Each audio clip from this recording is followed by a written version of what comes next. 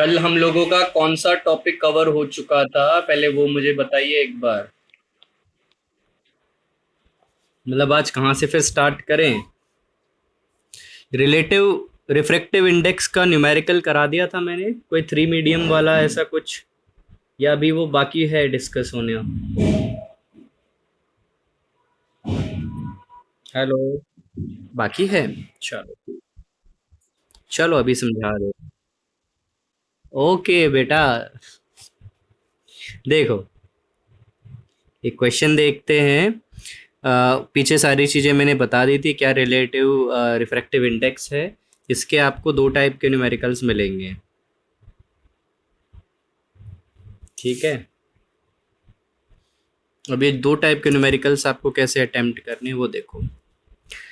अगर आपको जो पहला क्वेश्चन मिलता है उसमें ऐसा दिया हुआ है, मैं आपको ऐसा लिखवा रहा हूँ, the relative refractive index of medium one with respect to 2 is 5/6, and 3 with respect to 2 is 3/5, sorry, 5/3. Calculate the relative refractive index of 1, मतलब medium 1, with respect to medium 3। ये कैलकुलेट आपको करना है। ठीक है, आपको ये कैलकुलेट करना है।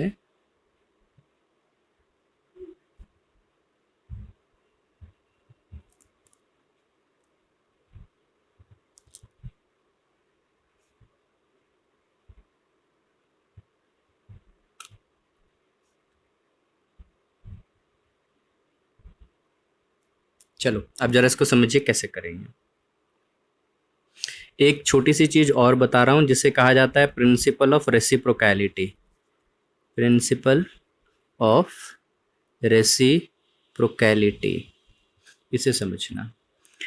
ठीक है, क्या मतलब है इसका? जैसे मैं लिखता हूं N12, इसका मतलब है relative refractive index of medium 1 with respect to medium 2। ये इक्वल होता है N1/N2 के। सिमिलरली आपका आता है N21, ये होता है N2/N1 के। ठीक है, तो प्रिंसिपल ऑफ रेसिप्रोकैलिटी क्या कहता है? वो कहता है N12 is equal to 1/N21।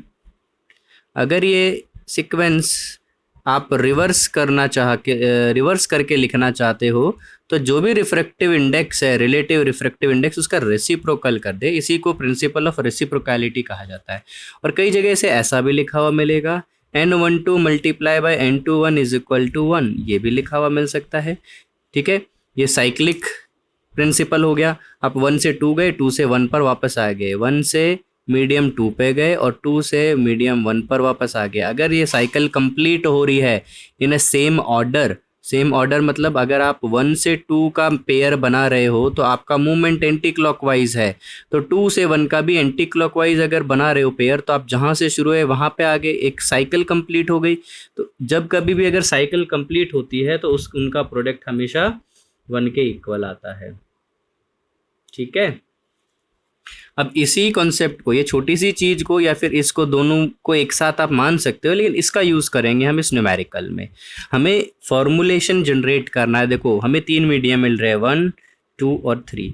आप 3 मीडियम के नंबर या सब्सक्रिप्ट जो भी क्वेश्चन में दिया है उन्हें लिख लीजिए। फिर आप एक साइक्लिक वाला ऑप्शन करें। N12 का एक पेयर बनाया, 2 3 का एक पेयर बनाया और 3 1 का एक पेयर बनाया। जहाँ से शुरू हुए थे हम वहाँ पर वापस पहुँच गए। ठीक है, एक साइक्लिक ऑर्डर में मूव करते हुए पहुँचे हैं। तो हम लिख सकते हैं N12 N23 और N31।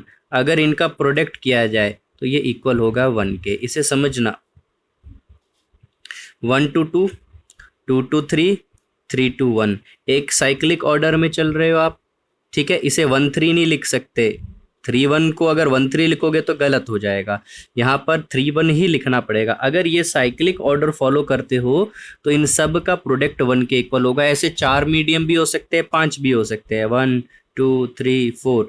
तो हमारा पहला पेयर N1 2, दूसरा pair N2 3, third pair N3 4 and fourth pair N4 1।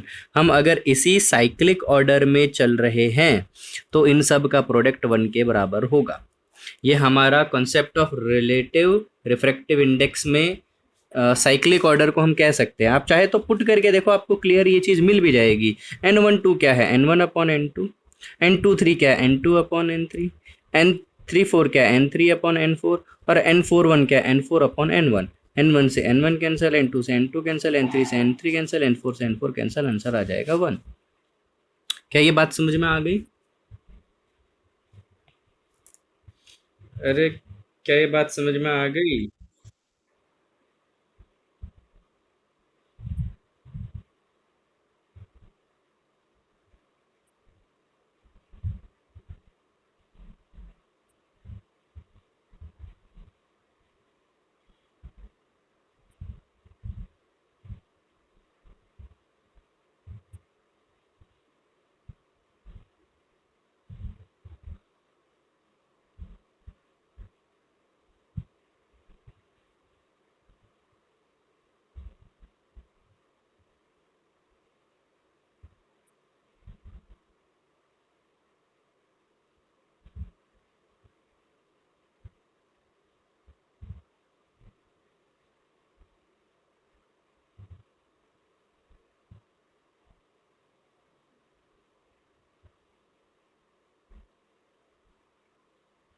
1 sec, 1 minute.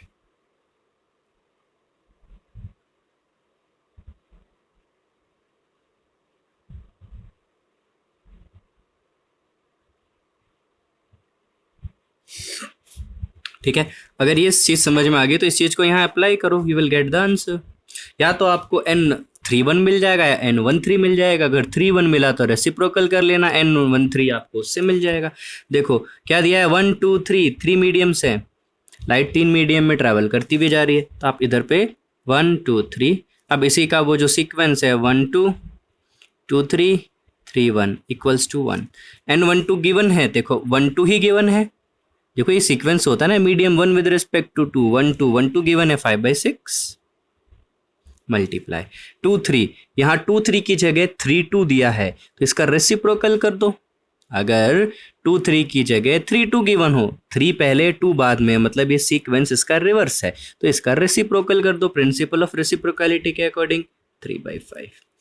फिर आपको निकालना क्या है, 1 3, लेकिन इस फॉर्मूले से आएगा 3 1। ठीक है, इस फॉर्मूले से आपका आएगा 3 1। तो यहाँ बचा 1/2 multiply by N31 is equal to 1।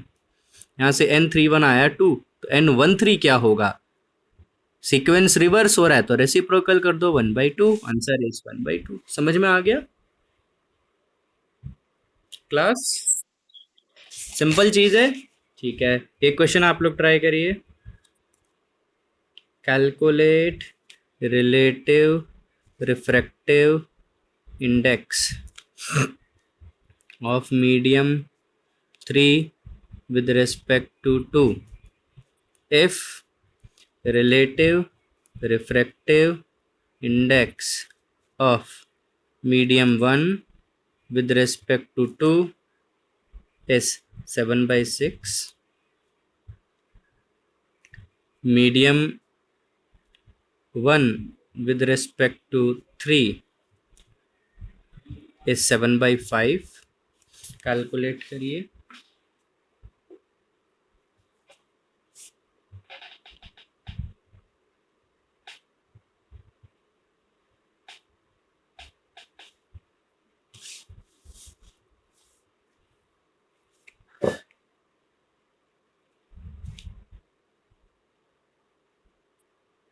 Calculate करके बताएं।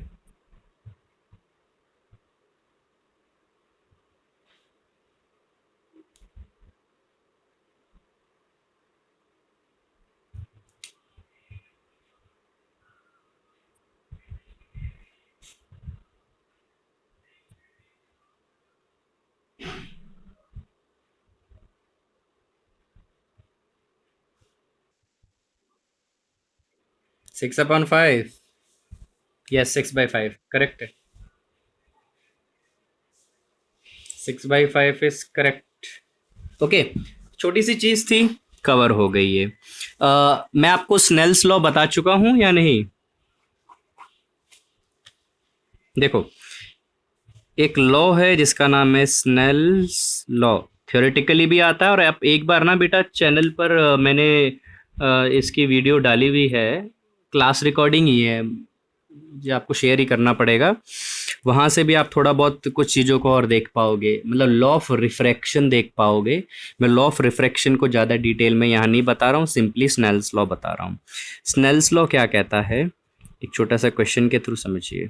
ये एक ग्लास स्लैब है, इसमें ये इंसिडेंट रे आई, इंटरफेस पर आई, और यहाँ से मीडियम जैसे चेंज हुआ, फर्स्ट मीडियम से सेकंड में अगर गई तो इसकी रिफ्रैक्शन हो गया।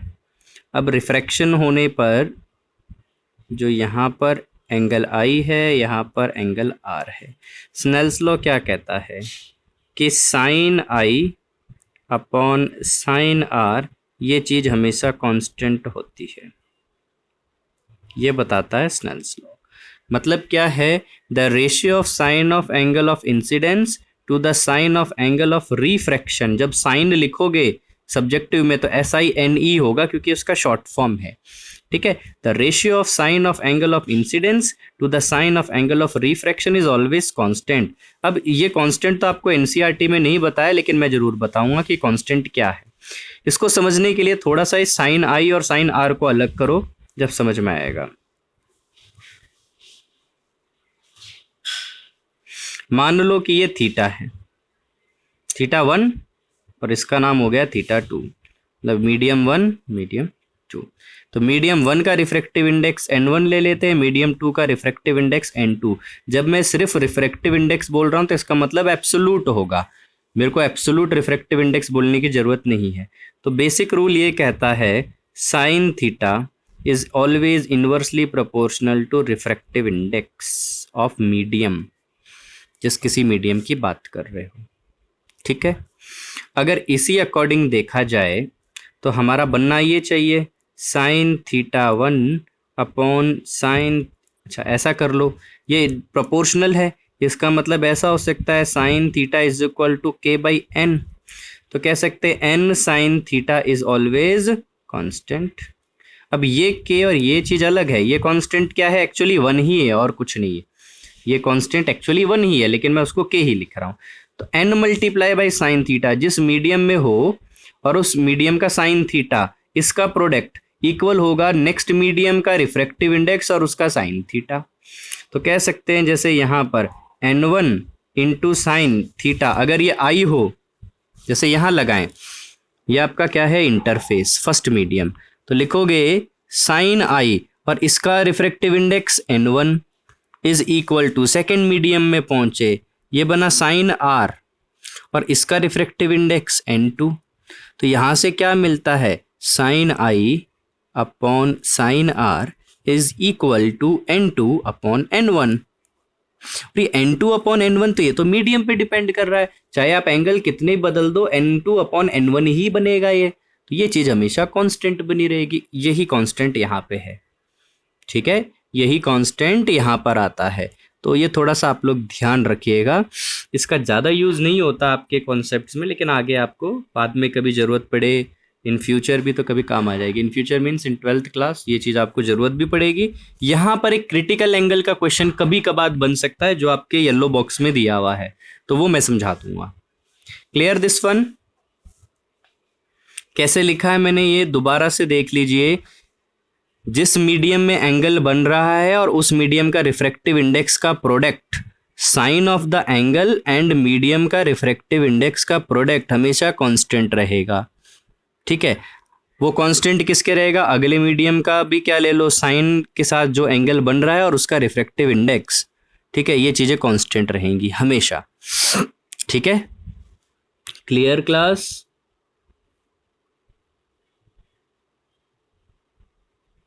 कंफर्म कराओ एक बार। इसका बहुत बहुत ज़्यादा कोई यूटिलिटी आपको नहीं मिलने वाली। बस इसका एक ही क्वेश्चन में यूज होगा, वो सीधा ही सीधा आप समझ जाओगे। वो भी बहुत रेयरली यूज होता है। ठीक है, रेयरली मतलब वो क्वेश्चन बहुत रेयरली आता है।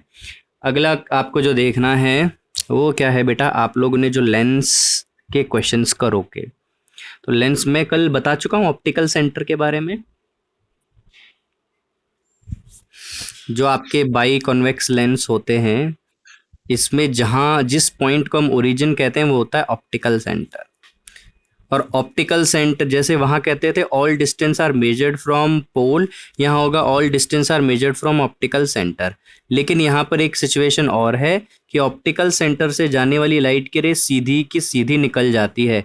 अब आपकी बुक्स में ज़्यादा क्लियर नहीं दिया है, लेकिन ये चीज़ सिर्फ एप्लीकेबल है फॉर थिन लेंसेज, और हम जो स्टडी करते हैं वो सब थिन लेंसेज ही होते हैं। ठीक है,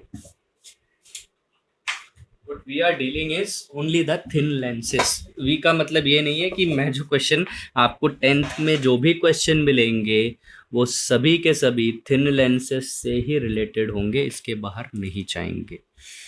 क्लियर दिस वन? क्लियर है ये वाला पॉइंट, ये वाली बात क्लियर रह पाएगी आप लोगों को?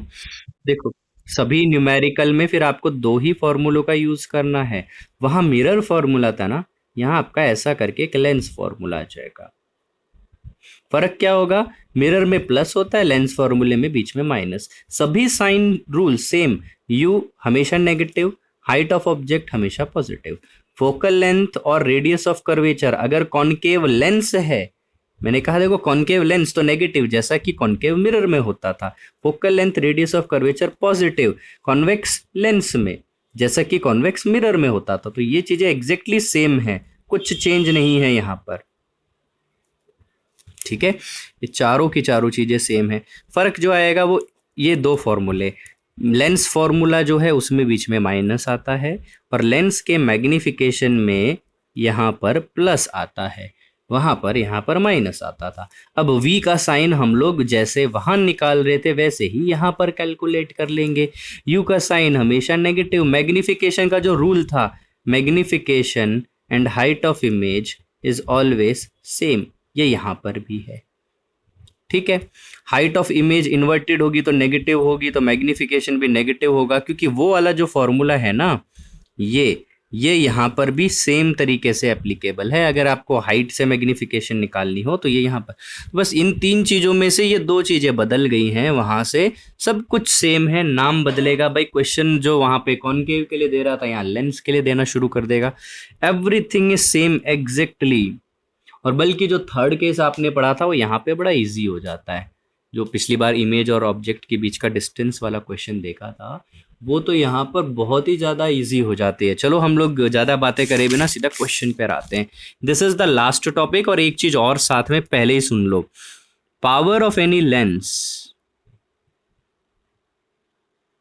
ये क्या होती है? पावर का मतलब है कि it is the reciprocal of focal length. ठीक है, power is reciprocal of focal length when focal length is given in metre. तो इसकी जो यूनिट आती है जिसे हम 1/मीटर, तो इसकी वैसे यूनिट है लेकिन इसे बोला जाता है डायोप्टर। आप कभी भी अपने चश्मे बनवाने जाओगे तो उधर पे जो ग्लास एक पैकिंग में आता है, सर्कुलर डिस्क होती है, उस पर देखना 0.25 0.5 मतलब नेगेटिव में हो, उसका आगे कैपिटल डी होता है। आपके आई चेकअप में भी आप पूरा डिस्क्रिप्शन देखोगे, जो प्रिंटेड स्लिप आएगी उसमें डी लिखा होगा, डी मीन्स डायोप्टर। ठीक है, तो पावर ऑफ द लेंस की ऐसा यूनिट डायोप्टर है। अगर 1 डायोप्टर पूछे तो आप समझ सकते हैं it is the power of lens having a focal length of 1 metre. वो क्वेश्चन आपका हो जाएगा। ठीक है, ओके। सो अब जरा जल्दी से क्वेश्चंस को करते हैं, क्वेश्चंस को जल्दी से करते हैं। देखो, ऐसा बोला जा रहा है, a convex lens of focal length 20 centimetre produces image on screen of size 2 times of object calculate the object distance. Calculate the object distance. This is the question. Question आप लोग रीड कर चुके होंगे, अब समझते हैं। देखो क्वेश्चन किसका है, लेंस का। मैं जनरली आपको जब सब्जेक्टिव करो तो इस तरह के प्रोसीजर को फॉलो करो। लेंस का नाम लिख लिया, focal length. Focal length is 20 centimetre. Focal length convex के लिए पॉजिटिव होती है, साइन ले लिया। It produces image on screen. ये बात देखते ही आपको क्लियर क्या हो गया कि इमेज कैसी होगी, रियल होगी, तो मैग्निफिकेशन की जो वैल्यू आएगी वो नेगेटिव साइन के साथ होगी। तो हमें यहाँ पता है height of image is twice of height of object, तो H I upon H O is equal to 2। Magnification क्या होगा, H I upon H O. ठीक है, H I upon H O होगा 2, बट ये तो सिर्फ मैग्नीट्यूड बता रहा है इस रेशियो का। साइन क्या होना चाहिए, नेगेटिव होना चाहिए। आप लिख सकते हो as image is real and inverted. ठीक है, मैग्निफिकेशन भी कंप्लीट हो गया यहाँ से। अब हम एक और फॉर्मूला जानते हैं, अब चेंज है। यहाँ पर आप क्या हो कि आपको हैबिट हो गई होगी माइनस लगाने की, बट इट इज लेंस, तो ये प्लस केस होगा। अभी थोड़ी देर पहले ही बताया है ये चीज कि लेंस के केस में मैग्निफिकेशन में यहाँ पर प्लस होता है। और ये यहाँ आपको नाम दोबारा से लेंस दिखेगा तो आपको फिर हिट करेगा, थोड़ा सा रिमाइंड करेगा कि लेंस का लगाना है। जल्दबाजी में गलती हो सकती है, थोड़ा ध्यान रखिएगा। ठीक है, वी का साइन पता करना है तो साइड में चेक कर लो। सॉरी, वी के तो साइन की जरूरत ही नहीं है यहाँ पर। हमें यू कैलकुलेट करना है इस क्वेश्चन में, तो हमें यू की वैल्यू को, वी की वैल्यू को यू की टर्म में पुट करना होगा, -2u। ठीक है, तो जो लेंस फॉर्मूला है 1/v -1/u, आप देखोगे कुछ भी चेंज नहीं है, सिर्फ चेंज है तो मैग्निफिकेशन के फॉर्मूले में और इस फॉर्मूले में, सिर्फ इसी में चेंज है। ये फॉर्मूला चेंज हो रहा है और कुछ नहीं चेंज हो रहा। आपने पीछे मिरर करे हैं तो लेंस के क्वेश्चन भी बड़े आराम से कर लोगे। v की जगह आपने इसकी वैल्यू पुट करी and the focal length is 20 centimetre positive. LCM क्या आएगी बेटा, 2u। ये माइनस में चाहूँ तो ऊपर लिख सकता हूँ, तो 2u आई तो -1, -2 is equal to 1/20। It is -3/2u is equal to 1/20. So what is the value of u? -3/2 into 20. So its u is -30 centimeter. ठीक है, वैल्यू आ गई -30 सेंटीमीटर। क्लियर, समझ में आ गया होगा। आई होप इसमें तो कोई दिक्कत नहीं होनी चाहिए। बिल्कुल बेसिक सिंपल क्वेश्चन है। आप ना जितने भी मिरर के मैंने क्वेश्चन कॉनकेव मिरर कराए थे उन सब में कॉन्वेक्स लेंस डाल दो और क्वेश्चन सॉल्व करके देख लो, सारे क्वेश्चन हो जाएंगे। क्योंकि कॉनकेव मिरर जैसी इमेज बनाता है वैसी टाइप की सारी इमेज कॉन्वेक्स लेंस। क्लियर हो गया ये चीज। एक और क्वेश्चन ले लेते हैं। ठीक है, देखिए।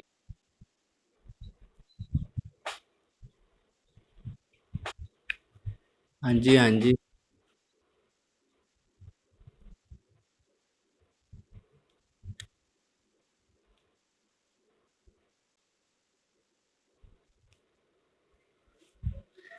Convex lens produces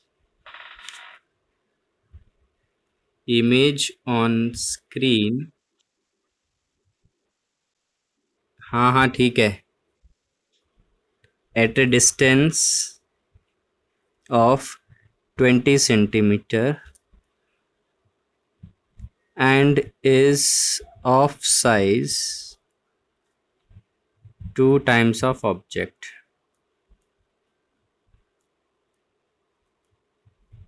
ठीक है, calculate the focal length of lens। Try करो, calculate the focal length of lens। just try this one।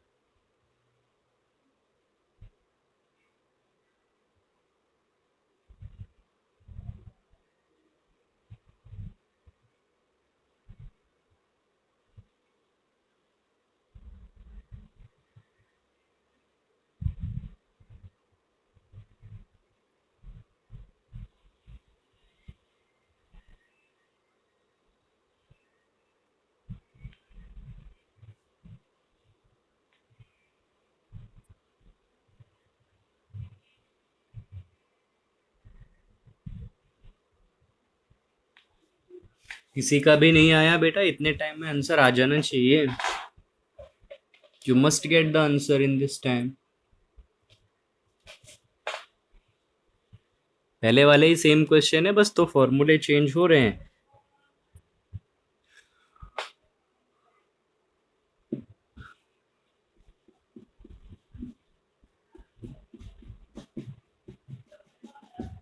चलो जल्दी से देखते हैं। देखो, convex lens produces image on screen, तो ये बात क्लियर हो गई जो पीछे हम लोग पहले भी बात करते आ रहे हैं। It is a convex lens, magnification is negative. ठीक है, इमेज डिस्टेंस दिया हुआ है आपको। प्रॉब्लम ये है कि इसका साइन पता नहीं है। कैसे पता किया जाएगा वो रूल आपको पता है। अगर जो लेंस का मैग्निफिकेशन फॉर्मूले में मैग्निफिकेशन का साइन नेगेटिव आएगा, वी का आपको डिटरमाइन करना है, यू हमेशा नेगेटिव, तो ये दोनों जब मल्टीप्लाई होंगे तो वी का साइन बनेगा पॉजिटिव। तो यहाँ पर वी जो आएगी वो आएगी पॉजिटिव। क्या ये बात क्लियर हुई? 20 सेंटीमीटर कैसे पॉजिटिव आई? क्लास कंफर्म करके बताइएगा। ठीक है, ओके। तो v की वैल्यू आपको मिल गई। आगे दिया is of size 2 times of object. किसकी बात कर रहा है? इमेज की। Image height is 2 size times of object height, तो ये हो गया 2। मैग्निफिकेशन इज HI/HO, तो मैग्निफिकेशन है 2 but it's sign must be negative, क्योंकि यहाँ ये रेशियो सिर्फ मैग्नीट्यूड देता है, वो रीजन यहाँ पर लिख देना। Also we know that magnification is V/U, -2 is equal to v की value positive 20। Can we determine u from here? u यहाँ से आ जाएगा, v की जगह v की वैल्यू रखी, u का हमें पता करना है तो u अननोन है, तो इसकी वैल्यू अपने आप आ जाएगी 20/-2, it get cancel, -10 centimetres. u की वैल्यू -10, v की value this, we can easily obtain the focal length. Focal length is 1/v minus 1/u. Put the values in it. इसमें वैल्यू पुट करोगे तो 1/+20 माइनस 1/-10, ये माइनस माइनस ऐड होके हो जाएंगे plus.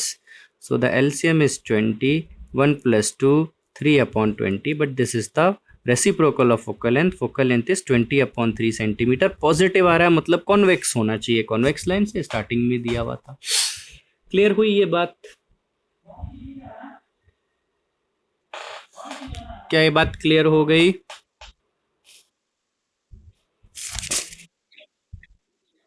Okay, then एक और क्वेश्चन देखते हैं। ठीक है, देखो बेटा, वो जो पोजीशन वाले क्वेश्चन थे सबका कॉन्सेप्ट एक ही जैसा है। मैं डायरेक्टली एक अलग टाइप का जो क्वेश्चन है उस पर आ रहा हूँ। अलग टाइप का मतलब इसमें और उसमें जिसमें थोड़ा सा वेरिएशन आता है।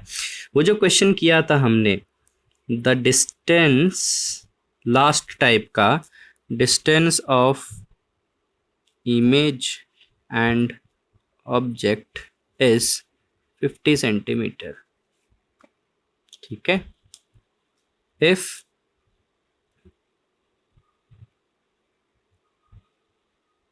एक मिनट,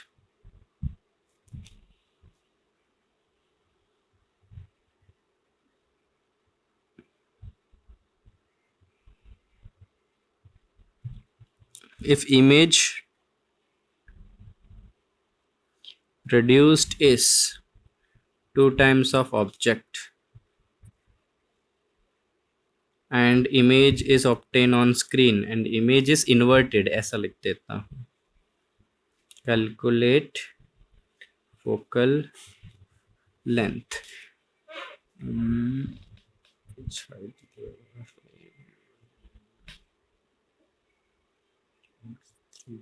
इसको 60 ले लो।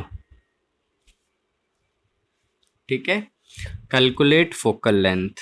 अब इस बार जरा आपको एक चीज़ क्लियर बता दूं कि इधर पर जब रियल इमेज बनेगी ना लेंस के केस में, तो रियल इमेज हमेशा, जैसे ऑब्जेक्ट इस तरफ रखा है तो रियल इमेज दूसरी तरफ ही बनेगी। ये इसमें एक डेफिनेट केस है, ऐसा नहीं है कि किसी भी केस में इस तरफ आ जाए। तो अगर आपने इसे x लिया, ऑब्जेक्ट की डिस्टेंस को x माना, तो इमेज का डिस्टेंस y होगा। और यहाँ पे सेम साइड नहीं होने के कारण कभी भी इनको सब्ट्रैक्ट वाली तो बात आएगी नहीं। ऐड में चाहे आप x प्लस वाई करो चाहे y प्लस एक्स करो, दोनों का मतलब तो सेम ही होता है। तो यहाँ पर ये चीज़ बड़ी इजी हो जाती है और ये यहीं पर ज़्यादातर पूछा जाता है। मिरर में तो आज तक पूछा ही नहीं गया, बट ये चीज़ मैंने मिरर के लिए आपको समझा दी थी। अब लेंस के लिए करना है तो इस कॉन्सेप्ट से इजीली आप करके देख सकते हो। हमने क्या एज्यूम करा, ऑब्जेक्ट को x डिस्टेंस पर, इमेज को y डिस्टेंस पर। तो पहली क्या चीज़ बनी, x plus y is equal to 60। यहाँ पर कोई साइन नहीं रखा जाएगा because it is not at all a lens formula, ना ही ये मैग्निफिकेशन का फॉर्मूला है। ये मैथमेटिकल ऑपरेशन है कि दो चीज़ों का सम इतना है, ठीक है। फिर बताया गया है इमेज प्रोड्यूसेस 2 टाइम्स, जो इमेज प्रोड्यूस हो रही है वो 2 गुना है ऑब्जेक्ट के, तो image upon object is 2। From here हम क्या ले सकते हैं, magnification is equal to -2। Magnification is also v by u, -2 is equal to v upon u. अब v और u की वैल्यू रखें। v क्या है आपका, ऑब्जेक्ट डिस्टेंस। इसका साइन क्या होगा, अब खुद सोच के देखो। अब ये इमेज बनी है इस तरफ, हमारा रूल क्या कहता है, ऑब्जेक्ट से इंसिडेंट रे लेंस की तरफ गई और हम यहाँ से यहाँ गए, तो ये दोनों सेम होंगे। या फिर ऐसा कहें, ऑब्जेक्ट डिस्टेंस हमेशा नेगेटिव होता है, ये तो हमेशा पड़ा है, इट इज़ ऑलवेज नेगेटिव। अगर ऑब्जेक्ट इस तरफ आने से नेगेटिव हो रहा है तो इसकी अपोजिट डायरेक्शन में जाने पे डेफिनेटली पॉजिटिव हो जाएगा। नहीं तो आप मैग्निफिकेशन के अंदर पुट कर दीजिए। 3 ऑप्शंस बता रहा हूँ, अगर रे डायग्राम नहीं याद होगा तो मैग्निफिकेशन में ये नेगेटिव, v का साइन पता करना है, u आपका हमेशा नेगेटिव, दोनों का प्रोडक्ट आएगा पॉजिटिव। तो ये जो ऑब्जेक्ट डिस्टेंस है, सॉरी इमेज डिस्टेंस है, ये आपका पॉजिटिव होगा। तो इमेज डिस्टेंस आप यहाँ लिख सकते हो, v is equal to positive y, u is equal to -x, दोनों चीज़ें पुट कर दीजिए। From here y is equal to 2x, minus minus plus हो जाएगा। इसको यहाँ रख दीजिए y की value, x plus 2x is equal to 60, 3x equals to 60, x equals to 20, x 20 आ गया तो y कितना होगा आपका 2x, दैट इज 40। x मिल गया, y मिल गया। तो क्या पता था, देखो v क्या है, इमेज डिस्टेंस, और x क्या है, ऑब्जेक्ट डिस्टेंस। यहाँ पुट करो आपको आंसर मिल जाएगा। v इज पॉजिटिव y मतलब पॉजिटिव 40, u इज -x मतलब -20। u मिला, v मिला, फोकल लेंथ के फॉर्मूले में रख दो, 1/f 1/v माइनस, देखो इसको रेसिप्रोकल लिख सकते हो ना, LHS RHS को बदल सकते हो। 1/40 माइनस में 20, LCM इज 20, ये माइनस माइनस प्लस हो जाएगा, 41 + 2 3/40। Focal length is 40/3 centimetre. I hope समझ में आ गई होगी ये चीज़, मैंने थोड़ा सा फास्ट लिया है लेकिन ये समझ में आ जानी चाहिए, सब कुछ सेम था। एक बार बता दीजिए।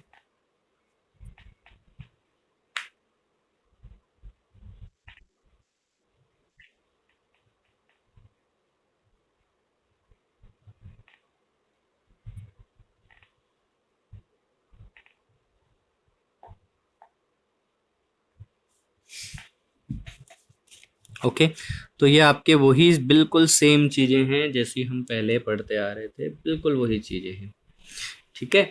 अब आप जैसे वो पोजीशन वाला क्वेश्चन था उसमें लेंस बदल दीजिए, सिर्फ नाम मिरर की जगह लेंस डाल दीजिए। जैसे देखिए, calculate the focal length of lens if position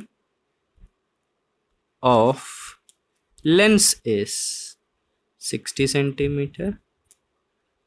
position, हाँ यहाँ पर आप क्वेश्चन फ्रेम थोड़ी कर पाओगे। Position of object is 40 centimetre, position of screen is 100 centimetre. ये क्वेश्चन आ गया। तो इस बार आपका रेफरेंस होगा लेंस। तो लेंस और ऑब्जेक्ट का डिफरेंस, ऑब्जेक्ट है तो u मिलेगा, डिफरेंस कितना 20, और हमें पता है ये हमेशा नेगेटिव होता है। फिर देखेंगे लेंस और इमेज का डिफरेंस कितना आया 40। अब इसका साइन देखना पड़ेगा, इमेज स्क्रीन पे मिल रही है, रियल है तो मैग्निफिकेशन नेगेटिव होगा, मैग्निफिकेशन का साइन माइनस, यू का साइन भी माइनस, माइनस माइनस मिलके हो जाएंगे प्लस, तो वी का साइन आएगा पॉजिटिव, वी की जो वैल्यू है positive. Then put in the focal length formula, you will get the answer 1/40 minus 20, ऊपर वाली चीज सेम आ जाएगी, फोकल लेंथ विल बी 40/3, ये आपका आंसर आएगा। क्लियर बेटा, क्लियर हो गई ये? ठीक है, तो बहुत सिंपल चीजें हैं, कुछ भी नहीं है इनमें डिफिकल्ट। एक सेकेंड रुकना, अब जरा हम लोग पावर ऑफ कंबाइंड लेंस और पढ़ लेते हैं जल्दी से, है ना। Power of combination of lens, power of combination of lens, combination of lens में दो कंडीशन बनेंगी। जैसे देखो बेटा, एक लेंस ये है, दूसरा लेंस ये है, अगर ये एक दूसरे को टच कर रहे हैं तो जो पावर ऑफ कॉम्बिनेशन होगी, मतलब पहले लेंस की अगर पावर पता है, दूसरे की भी पावर पता है, तो ये दोनों आपस में मिलके जो पावर देंगे, it is simply arithmetic addition. आप मैथमेटिक्स में जो सिंपल एडिशन है, इन दोनों को जस्ट जोड़ना है, वो आपकी पावर ऑफ कंबाइंड लेंस हो जाएगी। ये दोनों मिलके जो पावर देंगी वो इसके बराबर होगी। ठीक है, अगर क्वेश्चन में पावर ना दे के इनकी फोकल लेंथ दे दे, तो फोकल लेंथ से आप पावर निकाल लेना, power is equal to 1/f, calculate the value of power by taking its, इसको यहाँ पे मीटर में रखा जाएगा, नहीं तो आप 100 फोकल लेंथ इन सेंटीमीटर रख दीजिए और इससे कैलकुलेट कर लीजिए। देखो ये क्या किया है, मीटर में होगी, अगर सेंटीमीटर में दिया है तो जो भी वैल्यू होगी तो उसके डिवाइड में 100 आएगा, 100 ऊपर चला गया। तो आप ये फॉर्मूला भी यूज़ कर सकते हो। समझ गए होंगे ये, मैंने जो सेंटीमीटर में दिया है 100/f इन सेंटीमीटर, ये चीज़ ऊपर वाले के अकॉर्डिंग ही है। एक क्वेश्चन लेके देख लोगे तो समझ में आ जाएगा। सपोज कि पावर x सेंटीमीटर है, मीटर में कन्वर्ट करना है तो x/100 होगी, तो पावर की वैल्यू, ये फोकल लेंथ की वैल्यू दे रखी थी 1/x/100, 100/x, ये होगी आपकी पावर।